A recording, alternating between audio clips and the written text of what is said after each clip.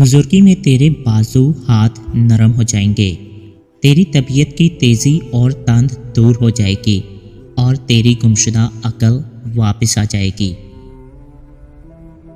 اپنی گردن نیچے کر دے جب تو کوئی خلاف طبع بات سنے جس سے تجھے تکلیف ہو، اس طرح وہ تجھ سے ٹل جائے گی۔ جب کسی دوست کی بے وفائی اور چالاکی سامنے آ جائے تو پھر اس کو چھوڑ دینا کافی آسان ہو جاتا ہے۔ تیری روزی تجھے ہر وقت ہر لمحہ بلمحہ ڈھونڈتی رہتی ہے، تو اس کی تلاش میں خود کو ذلیل و خوار مت کر۔ ظلم کا عدل سے اور فکر کا صدقہ اور اخراجات سے دوا کرو۔ غضب کا صرف ایک ہی علاج ہے اور وہ ہے خاموشی، یعنی چپ رہنا۔ فضول گفتگو سے پرہیز کرتے رہو۔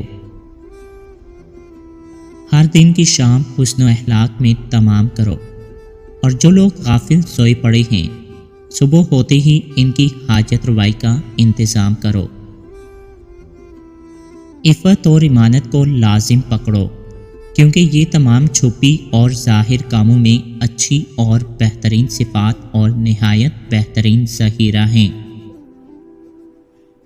جو عورت 30 سال کی ہو جائے پھر بھی شادی نہ کرے تو سمجھ جائے وہ اپنا گھر بسانا ہی نہیں چاہتی۔ سب سے زیادہ ظالم بندہ وہ ہے جو ظلم کے راستے بنائے اور عدل و انصاف کے راستوں کو بند کر دے۔